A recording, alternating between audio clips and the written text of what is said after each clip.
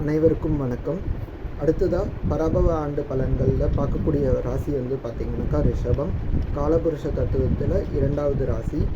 இந்த வருடம் பராபவ வருடம் எப்படி உங்களுக்கு அமைய போகுதுன்னு பார்த்தாக்கா, வருட தொடக்கத்தில் கொஞ்சம் ஸ்லோவாக நிதானமாக தான் இருக்க போகுது.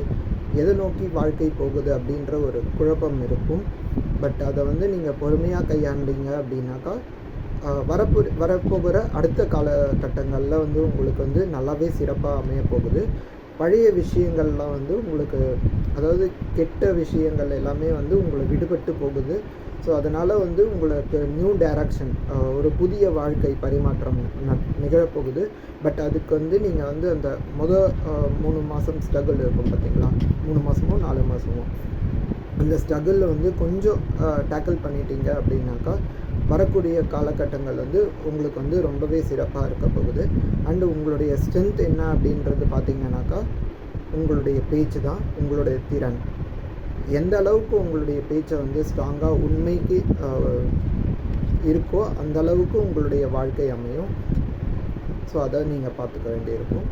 அண்டு முதலாவதாக பார்க்குறச்ச ஸ்டூடெண்ட்ஸ்க்கு அவங்க எஜுகேஷனில் ஸ்டடீஸில் ஆட்டோமேட்டிக்காக ஃபோக்கஸ் காட்டுவாங்க. கான்சன்ட்ரேஷன் ஹைலி இருக்கும். பெருசாக எஃபர்ட்ஸ் போடலை அப்படின்னாலும் அவங்க ஒரு சப்ஜெக்டில் இதுதான் அப்படின்ற மாதிரி டாப்பிக்கில் கிளியராக இருப்பாங்க.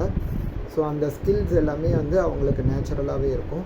பெருசாக அவங்க கோத்ரூ பண்ணணும் அப்படின்ற மாதிரிலாம் இல்லை. ஜஸ்ட்டு நீங்கள் லிசன் அண்ட் அண்டர்ஸ்டாண்டிங் பண்ணிட்டீங்கனாலே போதும், உங்களுக்கு அந்த சப்ஜெக்டில் நீங்கள் சக்ஸஸ்ஃபுல்லாக வர போகிறீங்க. ஸோ அந்த லிசன் அண்ட் ஃபோக்கஸ் மட்டும் நீங்கள் அண்டர்ஸ்டாண்டிங் சப்ஜெக்டில் பார்த்துக்கோங்க. அண்டு பார்த்தீங்கன்னாக்கா அடுத்தது ஜாப் ரெஸ்பான்சிபிலிட்டிஸ். உங்களுடைய ஜாப் ரெஸ்பான்சிபிலிட்டிஸில் பார்த்தீங்கன்னாக்கா ஒரு ஆரம்ப கட்டத்தில் ரொம்பவே சோதனைகள் இருக்கும், கடுமையான நாட்களாக இருக்கும். பட் அதை சந்திச்சிட்டீங்க அப்படின்னாக்கா உங்களுக்கு நிறைய நியூ ஆப்பர்ச்சுனிட்டிஸ் வரும், நிறைய ப்ராஜெக்ட்ஸ் உங்களுக்கு வரும், நிறைய பேர் உங்களுடைய திறனை பாராட்டி மேற்கொண்டு ப்ராஜெக்ட்ஸ்லாம் உங்களுக்கு கொடுக்கக்கூடிய காலகட்டமாக இருக்க போகுது. அண்டு மிட் இயரில் பார்த்தீங்கன்னாக்கா ஒரு பெரிய மாற்றமே ஒரு 6-7 மாதங்களில் பார்த்தீங்கன்னாக்கா இந்த வருட கடைசி, அதாவது அக்டோபர் நவம்பர் காலகட்டத்தில் பார்த்தீங்க அப்படின்னாக்கா உங்களுக்கு ஒரு பெரிய சேஞ்சஸே நடக்க போகுது. அதுக்காக நீங்கள் இப்போவே ப்ரிப்பரேஷனுக்கு ரெடியாக இருந்துக்கோங்க. ஸோ இப்போவே ரெடியாக இருந்தீங்கன்னா தான் அப்போ நடக்கக்கூடிய சேஞ்சஸ்க்கு சப்போர்ட்டிவாக இருக்க முடியும். இப்போ என்ன தான் கஷ்டமாக இருந்தாலும் அந்த கஷ்டத்தை கடந்து போகணும் அப்படின்றத மட்டும் பார்த்துக்கோங்க. பிஸ்னஸில் பார்த்தீங்கன்னாக்கா கொஞ்சம் ஸ்டேபிளாக இருக்கும். பட் ஸ்லோவாக தான் இருக்கும். ஷார்ட்கட்டில் முன்னேறணும் அப்படின்னு நினச்சிங்கனாக்கா கண்டிப்பாக லாஸாக தான் இருக்கும். பிஸ்னஸில் என்றைக்குமே இந்த இயரை பொறுத்த வரைக்கும் ஸ்டேபிள் ஸ்லோ க்ரோத் தான் இருக்கும். அண்டு மணி விஷயத்தில் பார்த்தீங்க அப்படின்னாக்கா ஹியூஜ் இன்கம் கிடைக்கும். பட் அதே சமயத்தில் அன்எக்ஸ்பெக்டட் எக்ஸ்பென்சஸும் இருக்கும். திடீர்னு பிரயாணம் இருக்கும், அன்எக்ஸ்பெக்டட் ஹெல்த் இஷ்யூஸ் இருக்கும். அண்டு ஃபேமிலிக்காக செலவிடக்கூடிய காலகட்டங்கள் இருக்கும். ஸோ இதனால் என்ன அப்படின்னாக்கா, என்னதான் இன்கம் வந்தாலும் எக்ஸ்பென்சஸ் அதிகமாக வரப்போகுது. ஸோ அதுக்காக சேவிங்ஸ் நீங்கள் ரொம்பவே அதுக்கு முக்கியத்துவம் கொடுக்கணும். சேவிங்ஸ்க்கு முக்கியத்துவம் கொடுக்கலனாக்கா எக்ஸ்பென்சஸ்க்கு நீங்கள் கடன் சுமைக்கு ஆளாக வேண்டி வரும். அண்டு பார்த்தீங்கன்னாக்கா அடுத்தது லவ் ரிலேஷன்ஷிப். புதுசாக லவ் பண்ணக்கூடிய பசங்களுக்கு பார்த்தீங்கன்னாக்கா மிக்சட் ரிசல்ட்டாக தான் இருக்கும். எஸ்ஆர் நோ சொல்கிறதுக்கு உடனே இருக்காது. கொஞ்சம் வெயிட் பண்ணியிருந்தீங்கன்னாக்கா உங்களுக்கு நல்ல ரிசல்ட் கிடைக்கும். பட் அதுக்கு தேவை மெச்சூரிட்டி. உங்களுடைய லவ் ரிலேஷன்ஷிப்பில் மெச்சூரிட்டி இருந்தது அப்படின்னாக்கா இந்த வருடம் உங்களுக்கு லவ் சக்ஸஸ்ஃபுல்லாக அமைய வாய்ப்பு இருக்குது. பட் அந்த மெச்சூரிட்டி இல்லை அப்படின்னாலே இல்லைன்னாக்கா அதே விஷயம் பிரேக்கப்புக்கு கூட பாசிபிலிட்டிஸ் இருக்குது. அண்டு இந்த இயர் எண்டில் தான் வந்து உங்களுக்கு வந்து மேரேஜ் வந்து புதுசாக லவ் பண்ணுறவங்களுக்கு சொல்கிறேன், இல்லை ஆல்ரெடி லவ்வில் இருக்கவங்களுக்கு சொல்கிறேன். இந்த இயர் எண்டில் வந்து பார்த்திங்கனாக்கா அதாவது February March காலகட்டங்களில் பார்த்திங்கனாக்கா உங்களுக்கு திருமணம் நடக்க வாய்ப்பு அதிகமாக இருக்குது. அண்டு ஆல்ரெடி மேரேஜ் ஆனவங்க பார்த்திங்கனாக்கா கொஞ்சம் ஈகோ இஷ்யூஸ் இருக்கும், ரிலேஷன்ஷிப்குள்ளே கம்யூனிகேஷன் கேப் இருக்கும், நீங்கள் சொல்கிறது உங்கள் பார்ட்னருக்கு புரியாத படி இருக்கும், இல்லாட்டி அவங்களுடைய சொல்கிற விஷயங்கள் உங்களுக்கு புரியாதபடி இருக்கும்.